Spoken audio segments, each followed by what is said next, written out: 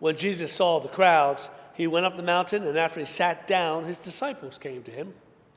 Then he began to speak and taught them, saying, "Blessed are the poor in spirit, for theirs is the kingdom of heaven. Blessed are those who mourn, for they will be comforted.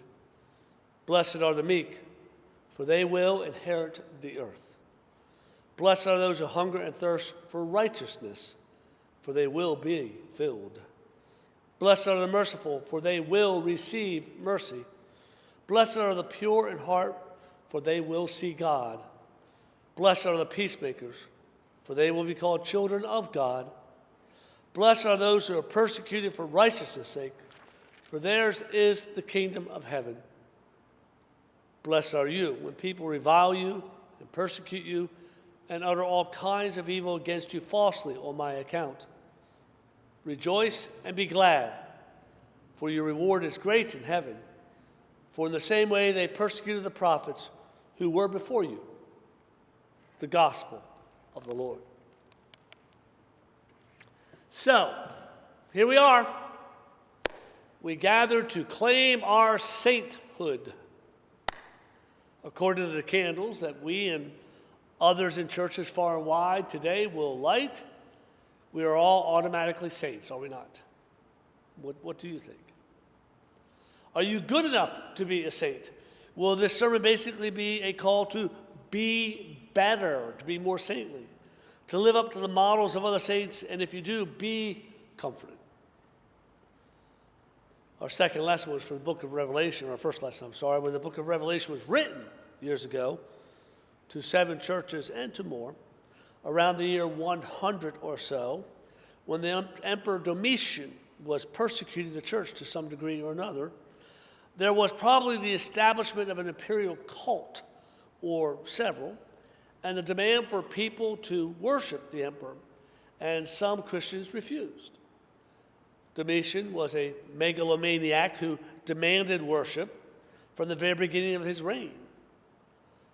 There are other theories, if you will. Maybe the persecution was less overt and more kind of internal in the church. Maybe it was all about how the church was to live in and adapt to the pagan culture around it. In Revelation, the author calls it the great ordeal. "Who are these," he says, "robed in white, and where have they come from?" I said to him, "Sir, you are the one who knows." Then he said to me, "These are they who have come out of the great ordeal.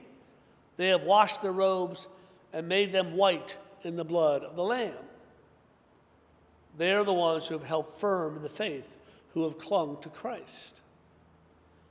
The great ordeal are the troubles and persecutions that the Christians were going through at the time. Those saints were those who, well, quite frankly, hung in there, remained true to the faith, were models and part of the great cloud of witnesses to others, some even to the point of death, others to less drastic but hard consequences, such as losing social status or being removed from their family. You might say that we as a nation, and of course as a world, are going through our own great ordeal right now, with the COVID crisis, as well in our country as the political and racial acrimony and division, and unfortunately even violence. This is a very difficult time in our country. It is a time with great divide. This is an ordeal that has caused tempers to flare and feelings to come to the surface. It is more of an ordeal for some than for others. It is not that much of an ordeal to lose out on toilet paper, or to not be able to go out to dinner at a restaurant, or to miss out on a trip that you wanted to take. Those are really not great sacrifices, but it is a very great ordeal to lose a loved one to COVID, or to not be able to see a loved one in a nursing home for months upon months, or to lose a job, or lose pay, or lose a home.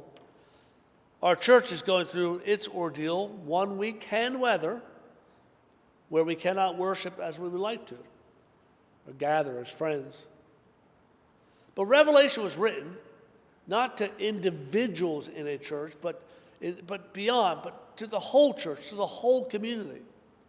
It did not list individuals, but lifted up the whole community, so that even those who were afraid to stand up and be counted, maybe even those who had capitulated in some way to Rome and to Domitian, to the cult of the emperor, that they too might be encouraged to change.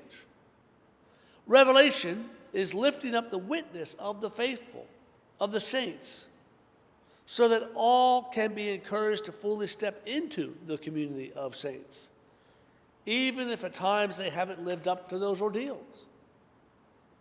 Revelation was written to those going through their ordeals to remind them quite simply that God was with them, that their faith was not in vain. God is on the throne and they are before God, and God will, yes, will wipe away every tear from their eyes. They will hunger and thirst no more. These are images of hope and life in the midst of an ordeal.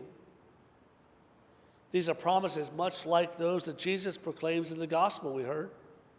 Promises that he makes to a motley crew on a hillside of his disciples, many of whom were probably not outstanding citizens, some of whom the religious would clearly label as sinner and not saint, some of whom Jesus would clearly label sinner and not saint, yet he is calling them to step into a new community, a blessed community, but a different kind of blessedness than others would proclaim. Blessed are the poor in spirit. Blessed are those who mourn. Blessed are those who are meek, for they will inherit the earth. Blessed are those who hunger and thirst for righteousness. Blessed are the merciful and the pure in heart and the peacemakers. Blessed are those who are persecuted for righteousness' sake. Promises that indeed are countercultural, counterintuitive, that we see as counterproductive in our lives. Promises that we are called to participate in today. To mourn with those who mourn, to give up the God of strength and power and embrace the God of humbleness and meekness. To hunger not just for hunger's sake, but for righteousness, like a personal hunger strike for justice. To be merciful, to be pure, to be a peacemaker, to even suffer for the sake of what is right in God's eyes.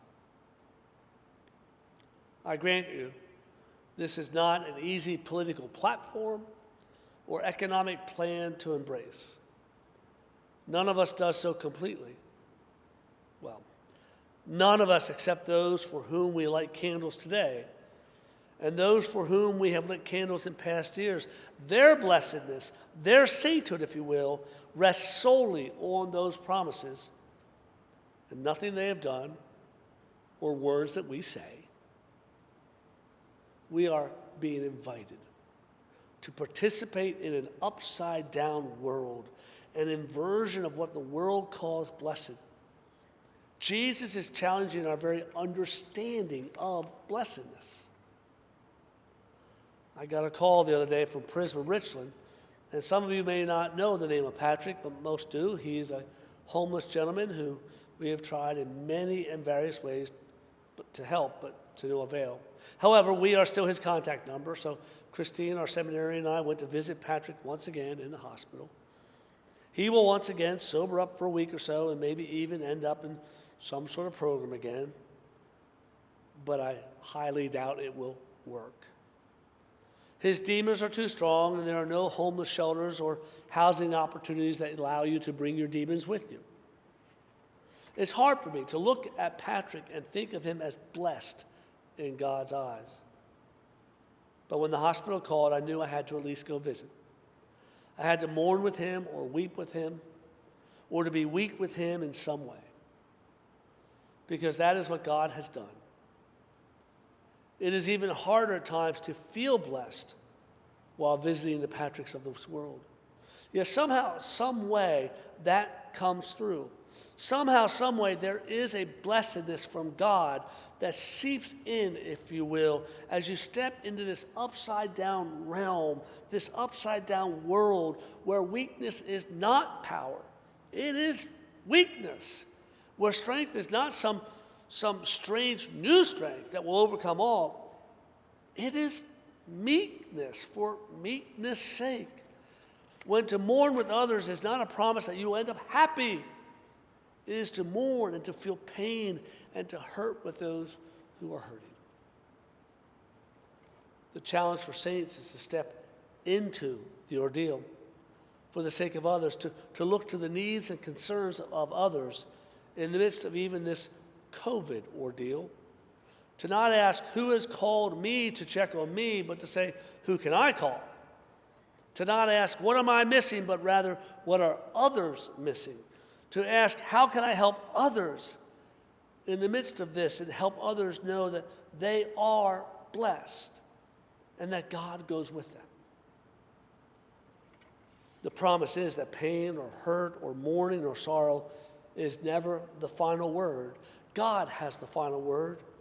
We are asked to trust that word even in the midst of any and all ordeals we may go through, great or small, to step into the blessed world that God describes and promises. The other day, Noah and I, and Beth went with us, but Noah and I, we went up to the Whitewater Rafting Center up in Charlotte. When your son of 26 years old asks you to do it, you go. It's a great opportunity. And we did mountain biking, which scared the dickens out of me. And we did a ropes course, which scared the dickens out of me.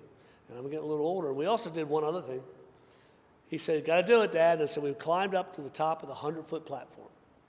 And he went first, thankfully. But what they have there is a ledge the size of a diving board. And you're to go out of the ledge, and you're supposed to jump 100 feet. And you're attached by a cable. And the cable, for the first part, you just fall. And as you get closer to the ground, it slows. And you got to trust it. Well, as I was climbing up the steps, I said to Noah, I said, I'm not sure I can do this. It was scary. And then he went, and thankfully he went first. So he did it, and I knew he would, and he landed safely and soundly. And he said, it's great, you got to do it, Dad. And so I did it, and there's a young gentleman up there, young guy up there encouraging me, but not forcing me, coaching me and telling me to take a deep breath. And the end run, I did it. I stepped off the platform, and I soared to the bottom. At the end, it slowed me, and I laughed as I hit the step to the ground at the bottom. I stepped off.